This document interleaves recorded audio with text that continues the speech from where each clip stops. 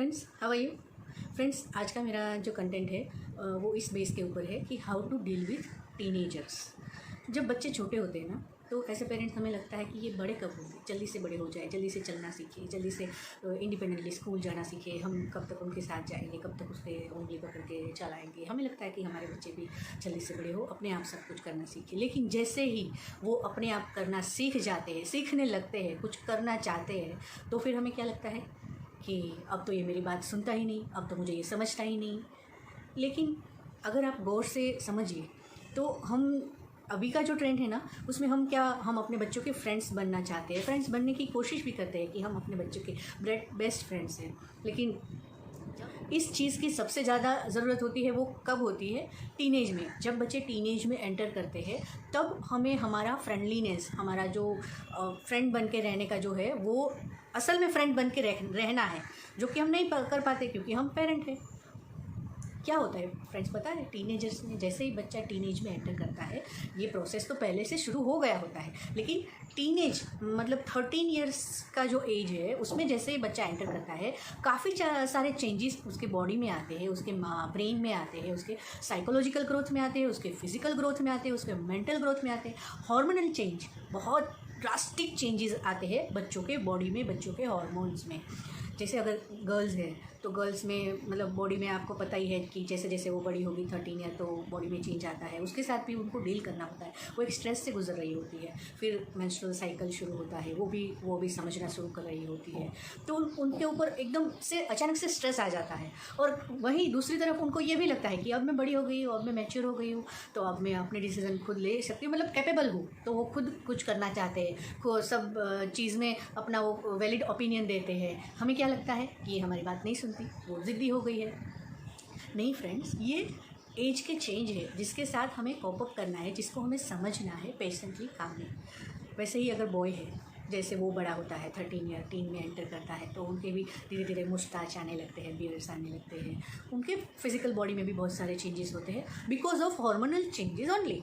तो उनके बॉडी में भी हार्मोनल चेंज होते हैं, मेंटल ब्रेन में तो बहुत डिफरेंट मतलब चेंज आते हैं, तो वो सब उनसे भी वो कॉप अप कर रहे होते हैं ना। तो बॉयज़ है तो वो भी वही सिचुएशन से, वही स्ट्रेस से गुजर रही है। जब उसको सबसे ज़्यादा हमारी फ्रेंडलीनेस की, जब सबसे ज़्यादा हमारे सपोर्ट की ज़रूरत होती है, तब क्या होता है, हम आमने सामने आ जाते हैं। बिल्कुल गलत फ्रेंड्स। हमें लगता है कि वो ज़िद्दी हो गया है या ज़िद्दी हो गई है, लेकिन उन्हें लगता है कि हम अब मैच्योर हो गए हैं, हम अब बड़े हो गए हैं, हम अब अपने डिसीजन खुद ले सकते हैं, हम जो भी कर रहे हैं वो सही कर रहे हैं। उनको ऐसा लगता है क्योंकि ये एज ऐसी है, ये इमोशनल चेंजेस ऐसा है, मतलब उसके बॉडी में जैसे चेंज आते हैं वैसे उनके इमोशंस में भी बहुत सारे चेंजेस आते हैं। ये इस एज में बच्चे दो लोगों से ज़्यादा इन्फ्लुएंस होते हैं, एक तो अपने पेरेंट्स से, दूसरे अपने फ्रेंड्स से। पीयर प्रेशर जिनको बोलते हैं।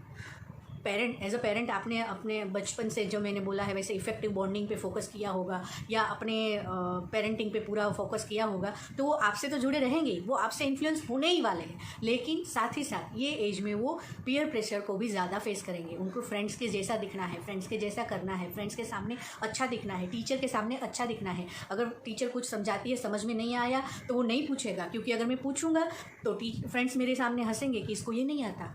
ये सब चीज़ें छोटी छोटी चीज़ें हैं, लेकिन ये फेस करेंगे।